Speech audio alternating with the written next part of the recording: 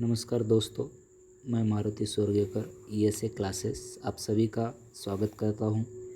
और अगर आप ये डायरेक्ट लेक्चर देख रहे हैं सरफेस टेंशन का, तो मैं रिक्वेस्ट करूंगा कि पहले आप सरफेस टेंशन का जो चैप्टर मैंने पूरा पढ़ा है वो देखें।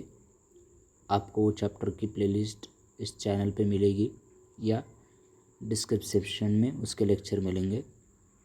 तो पहले आप वो लेक्चर देखिए, और वो लेक्चर मैंने बोर्ड पे एक्सप्लेन किया है।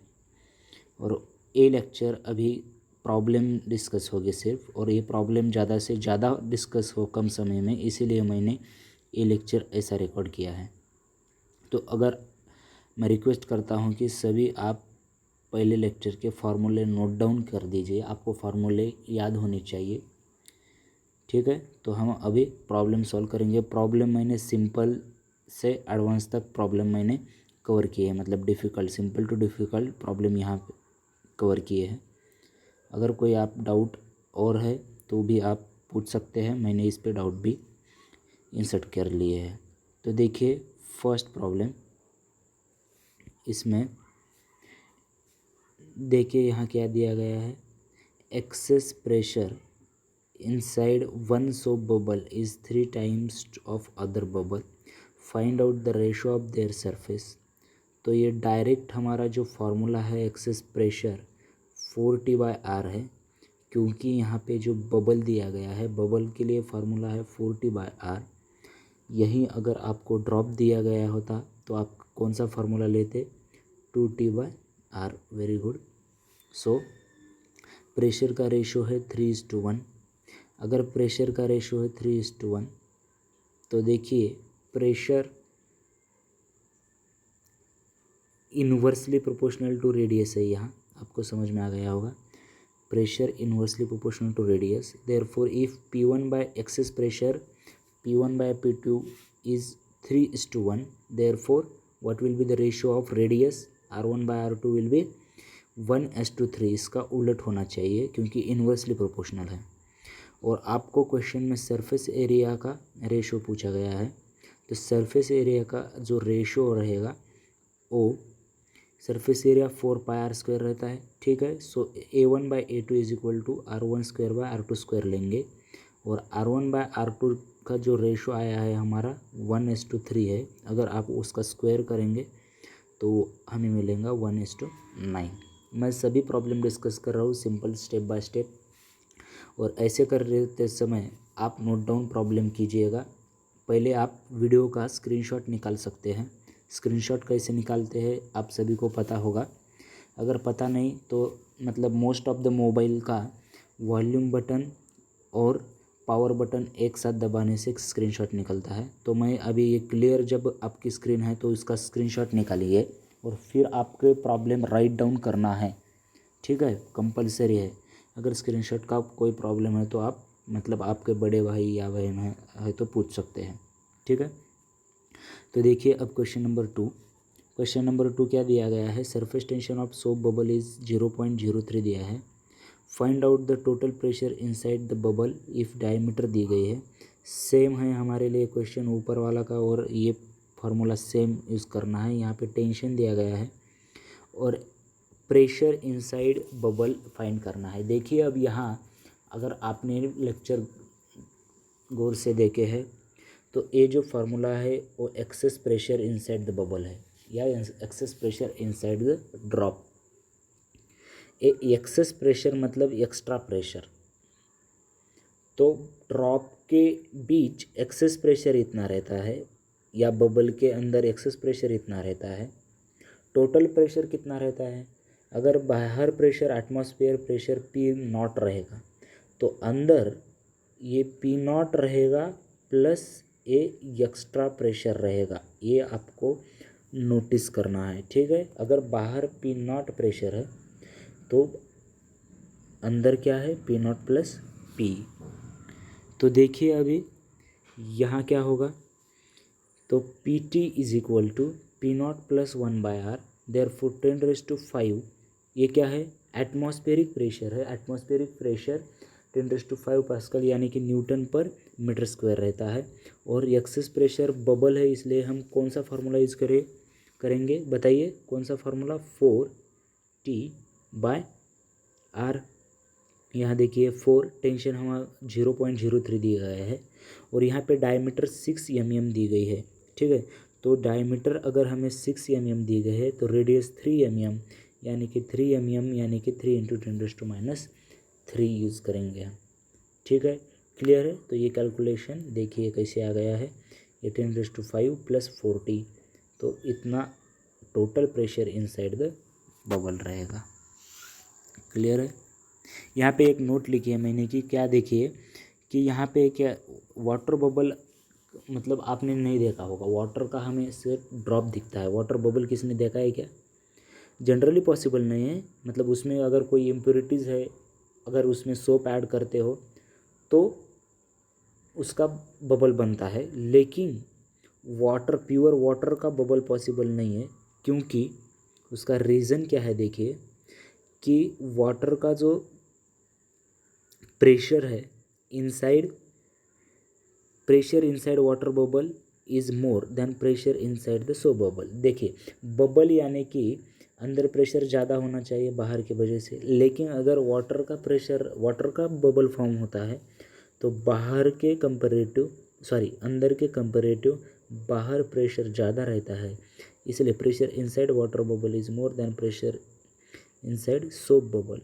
ठीक है, so due to high pressure water bubble क्या हो जाता है, बस्ट हो जाता है। तो आपको समझ में आ गया होगा कि वाटर बबल क्यों नहीं फॉर्म होते हैं। ठीक है, तो ये सिर्फ नोट थी, ये कोई प्रॉब्लम नहीं है, नोट अब आप नोट डाउन कर सकते हैं आप। ठीक है, तो नेक्स्ट प्रॉब्लम देखिए, मैंने इस पे 2 मतलब डायरेक्टली फार्मूले बताए थे, आपको फार्मूले याद होने चाहिए। देखिए मैं स्पेसिफिकली मेंशन किया था मैंने कि यहाँ पे अगर ड्रॉप कंबाइन है दिए हैं हमें, अगर ड्रॉप हमें कंबाइन दिए हैं तो हम ये फार्मूला यूज़ करेंगे। यहाँ पे जो दिया गया है R = √R₁² + R₂²। यहाँ पे 3 और 4 दिया है, तो स्ट्रेट फार्मूला बेस्ड क्वेश्चन है। मैंने नोट करके आपको बताया था कि इस चैप्टर में हर एक जो मैंने छोटे छोटे फार्मूले दिए हैं वो आपको याद रखना है। ठीक है, उसका मतलब हर बार डेरिवेशन ज़रूरी नहीं है। अगर आप कॉम्पिटिटिव एग्ज़ाम की तैयारी कर रहे हैं, ख़ास कर को नीट, CET और JEE, तो उसमें आपका टाइम कंस्ट्रेंट है, तो वो टाइम के लिए अगर आप टाइम बचाना चाहते हैं तो आपको ये सारे छोटे छोटे फार्मूले याद रहने चाहिए। तो देखिए अभी कि इसमें ये तो होगा, अगर कंबाइन दिया गया है तो आप √R₁² + R₂² लिखेंगे, और अगर आपको कंबाइन नहीं दिया है, यहाँ देखिए इंटरफेस दिया है, यहाँ कंबाइन नहीं हुए ड्रॉप, 4 सेंटीमीटर एंड 5 सेंटीमीटर की जो ड्रॉप है वो इंटरफेरेंस और कंबाइन में मैंने डिफरेंस क्या बताया था। अगर ये 2 ड्रॉप है, इसका एक पूरा ऐसा ड्रॉप बन जाता है तो वो होगा कॉम्बिनेशन, और अगर ये 2 ड्रॉप ऐसे चिपक के थोड़ा सा इंटरफेस हो जाता है तो उसे कहेंगे हम इंटरफेस। तो उस केस में इंटरफेस के केस में फार्मूला क्या लगाना है आपको, R1R2 upon R2 minus R1। ठीक है, R1 R2 upon R2 minus R1, तो ये लगा सकते हैं आप और नोट डाउन कीजिएगा। मैंने नोट डाउन के लिए स्क्रीनशॉट बताया है, अगर आपको स्क्रीनशॉट नहीं लेने आ रहा है तो आप वीडियो पॉज करके भी नोट डाउन कर सकते हैं।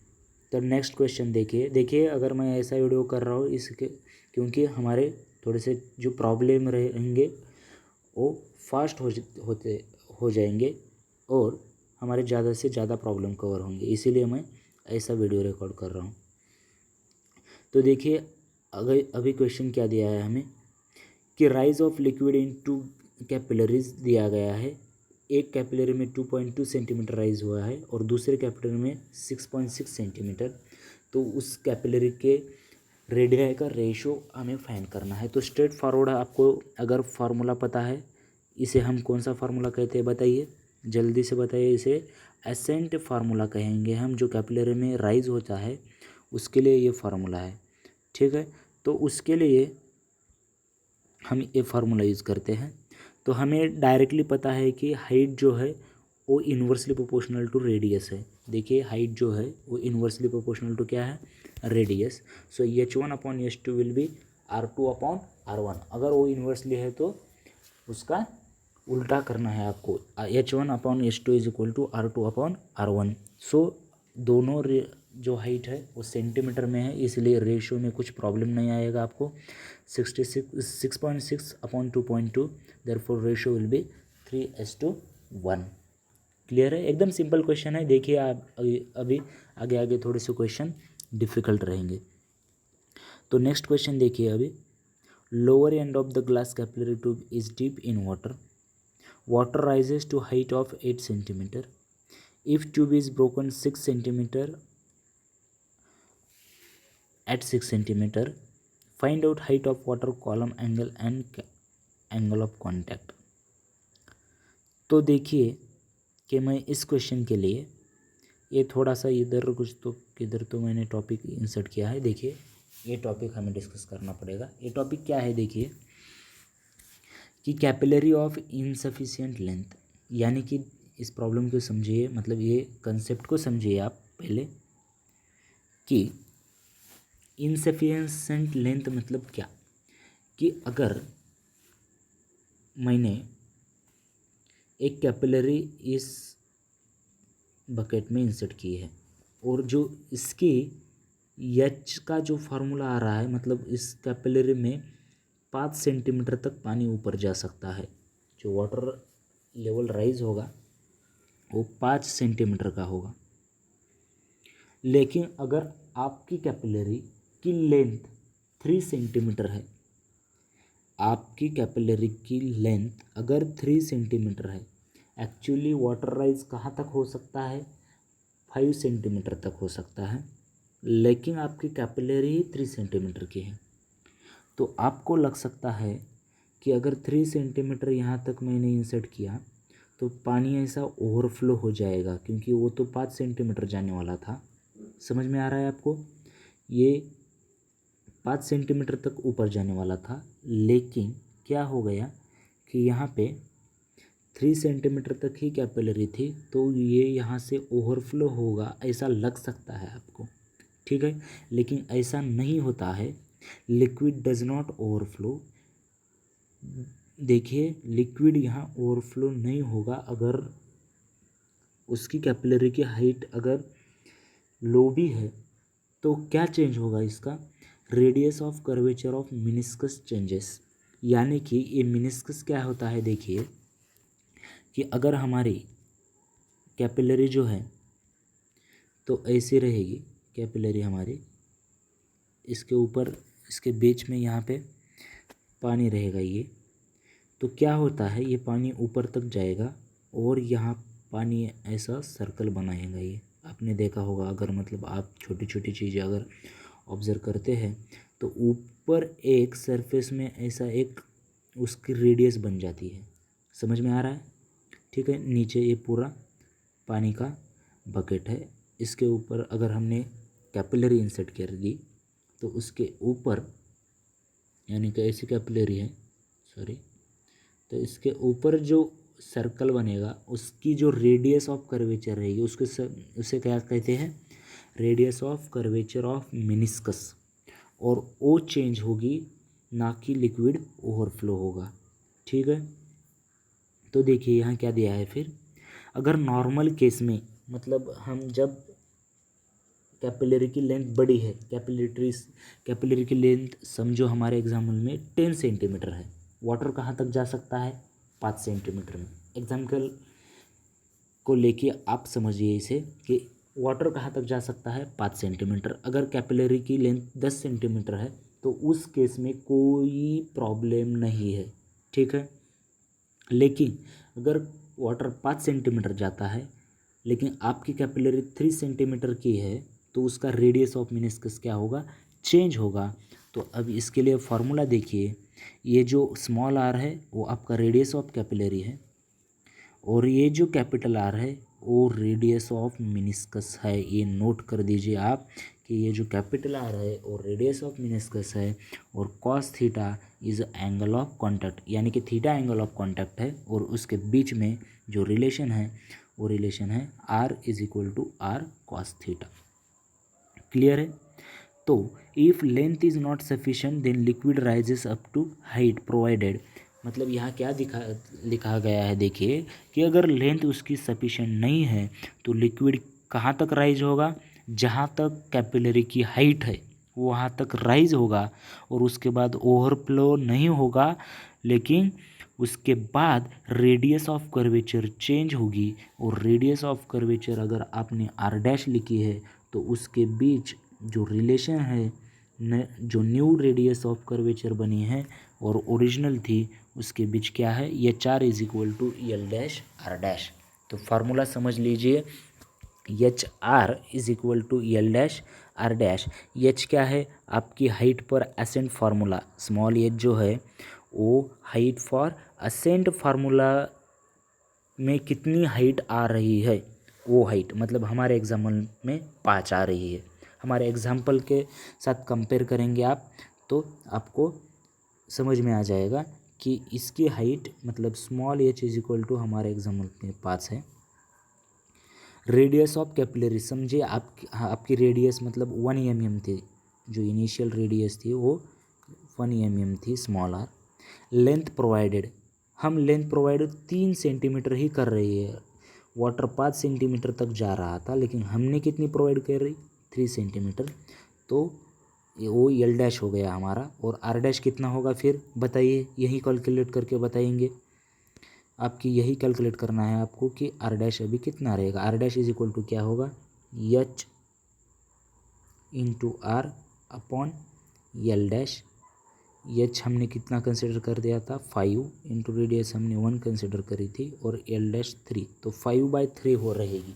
अब जो रेडियस ऑफ मिनिस्कस रहेगा वो रेडियस जो होगी रेडियस ऑफ कर्वेचर वो क्या रहेगी अभी 5/3। तो क्लियर है।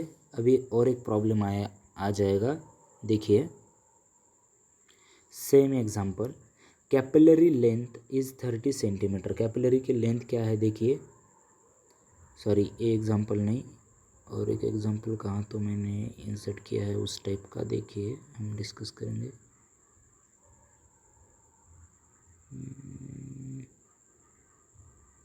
जस्ट मिनट, यहाँ कहीं पे एग्ज़ाम किधर गया वो पेज,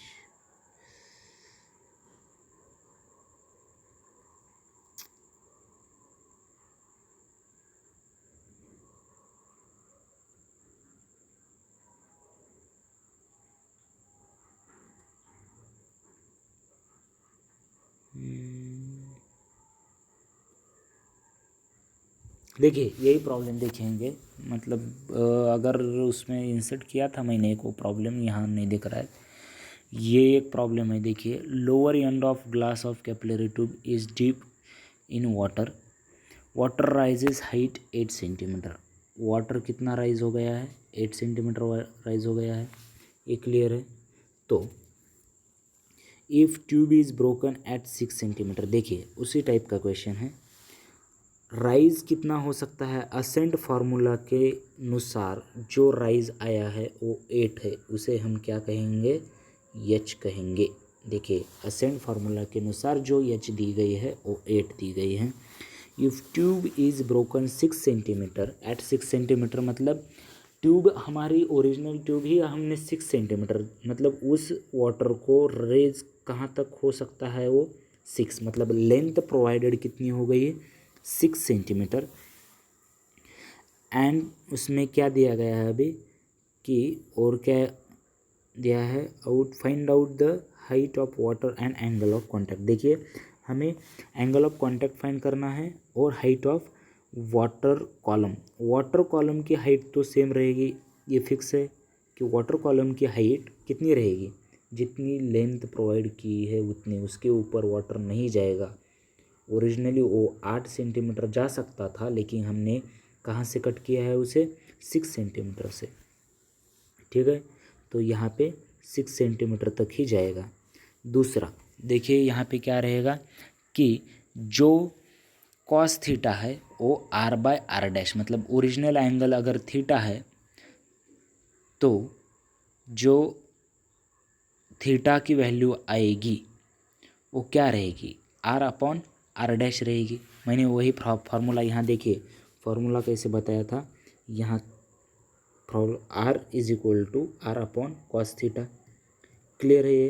तो cos theta is equal to क्या आ गया, ये आर मतलब ओरिजिनल रेडियस ऑफ कैपिलरी। देखिए ये जो स्मॉल आर है, 1 सेकंड मैं ब्रश सेलेक्ट करता हूँ, ये जो स्मॉल आर है ओरिजिनल, ये कैपिटल आर न्यू है, तो cos theta is equal to original upon new आ गया, cos theta is equal to original upon new. तो यहाँ देखिए कि cos theta is equal to original upon new. Original कितना है, आर ही है, ओरिजिनल कितना रखा मैंने, आर ही रखा, और न्यू जो है आर डैश का फार्मूला, आर डैश का फार्मूला क्या था, L dash R dash is equal to H R. H तो दिया गया है 8, एल दिया गया है 6 और रेडियस हमें नहीं दी गई है, तो R dash is equal to कितना आ गया, 8r/6, 8r/6 और पहले से आर, तो कॉस थीटा कितना आ गया 6/8 यानी कि 3/4। आप यहाँ पेन और पेपर लेके सॉल्व करके देखिए, ये थोड़ा सा कन्फ्यूजिंग टर्म है, ठीक है, तो पेपर और पेन कर लेके आपको सॉल्व करके देखना है। क्लियर है? तो हम नेक्स्ट प्रॉब्लम डिस्कस करेंगे अभी। तो नेक्स्ट प्रॉब्लम देखिए अभी कि नेक्स्ट प्रॉब्लम क्या है। Vessel has hole at bottom of radius, अगर ये वेसल है और उसके नीचे एक होल है, तो find out maximum height of liquid vessel without leakage. देखिए अगर आपको मतलब ये थोड़ा सा कंफ्यूजिंग लगेगा, लेकिन ये फार्मूला यहाँ पे हाइट ऑफ असेंट का ही फार्मूला यूज़ होगा। कैसे?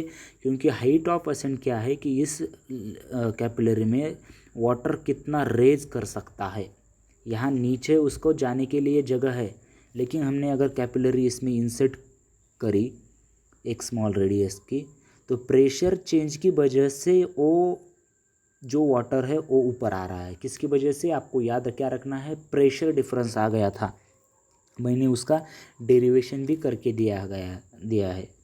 सो उसकी वजह से अगर पानी ऊपर आ रहा है तो वो लीकेज नहीं होगा। कहाँ तक लीकेज नहीं होगा? ये असेंट फार्मूला यूज़ करके, और बाकी सारी वैल्यू आपको दी गई है, रेडियस, सरफेस टेंशन वाटर का कितना लेना है नोट करिए आप हर एक, मतलब अगर नहीं दिया है तो वाटर का सरफेस टेंशन इंपॉर्टेंट पॉइंट है 0.07 रहता है। प्रॉब्लम में आपको यही वैल्यू कंसिडर करनी है अगर वहाँ वैल्यू मेंशन नहीं है तो, ठीक है। तो आगे देखते हैं अभी नेक्स्ट प्रॉब्लम देखिए क्या है। अभी देखिए प्रॉब्लम थोड़े से डिफिकल्ट लिए है अभी।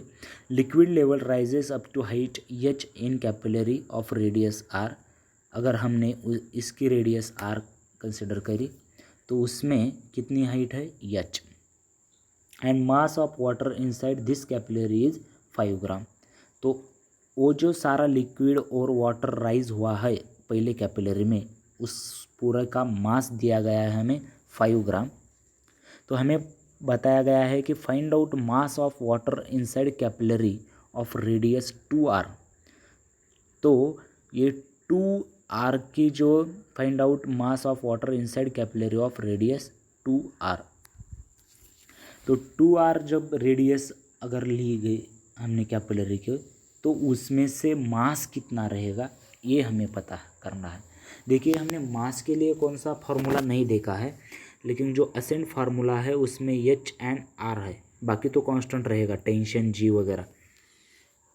तो H is inversely proportional to R, उस फार्मूले से हम क्या बता सकते हैं कि H is inversely proportional to R. So H1 upon H2 is equal to R2 upon R1, that is 2:1 आ गया, क्योंकि हमें एक R दिया गया है और दूसरा 2R दिया गया है, तो उसका रेशो कितना आ गया 2:1। तो अभी हमें मास निकालना है।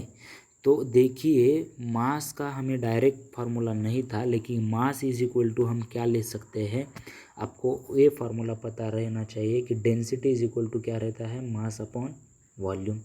सो मास इज इक्वल टू क्या रहेगा, mass is equal to volume into density, that is rho into V लिखा है मैंने। तो रो को तो मतलब डेंसिटी को तो वैसे ही लिखा है, लेकिन जो वॉल्यूम है ये कैपिलरी यानी कि एक सिलेंडर ही है, और सिलेंडर का वॉल्यूम का फार्मूला क्या रहता है बताइए, पाई आर स्क्वायर एच। सिलेंडर का वॉल्यूम का फार्मूला रहता है पाई आर स्क्वायर एच। तो यहाँ पे देखिए कि m1/m2 अगर हम रेशो लेंगे तो इस फार्मूले से आप क्या बता सकते हैं कि पाई आर स्क्वायर एच तो आ रहा है। तो हमने ये अगर रेशो लिया m1/m2 तो आर स्क्वायर को डायरेक्टली प्रोपोर्शनल है, देखिए आर स्क्वायर को डायरेक्टली प्रोपोर्शनल है और एच को भी डायरेक्टली प्रोपोर्शनल है। तो r1/r2 रेशो कैसे लेना है आपको पता है, ठीक है, और इंटू h1/h2। r1/r2 हमारा कितना आ गया है, यहाँ पे रेशो देखिए r1/r2 कितना आ गया है, ये r2/r1 की वैल्यू है 2:1। सो कन्फ्यूज मत होना, यहाँ गलती मत कर बैठना, ठीक है। तो r1/r2 क्या रहेगा, देखिए r2/r1 इज इक्वल टू 2:1 दिया गया है। सो r1/r2 कितना आएगा 1:2 और उसका आप अगर स्क्वायर करेंगे तो 1:4 आएगा। सो यहाँ पे 1:4 एंड h1/h2 तो दिया गया है 2:1, h1/h2 2:1। सो ये फाइनल रेशो कितना आ गया है, मास का रेशो आ गया 1:2। मास का रेशो कितना आ गया 1:2। मतलब पहला मास 1 है तो दूसरे का 2 ग्राम रहेगा, पहले का 5 ग्राम है तो दूसरे का कितना रहेगा 10 ग्राम। ठीक है, क्लियर है। तो यहाँ पे देखिए m2 is equal to 2 into m1 5 into 2 10 grams. तो आप ये प्रॉब्लम अभी नोट डाउन कीजिए तो आपको थोड़ा सा ज़्यादा समझ में आ जाएगा। ठीक है, क्लियर है आपको, ओके। तो अब नेक्स्ट प्रॉब्लम देखिए आप। नेक्स्ट प्रॉब्लम मैं अभी क्या करता हूँ कि नेक्स्ट प्रॉब्लम अगले वीडियो में लेता हूँ, क्योंकि वीडियो बहुत ही लेंदी हो रहा है, इसलिए हम नेक्स्ट प्रॉब्लम नेक्स्ट वीडियो में देखेंगे।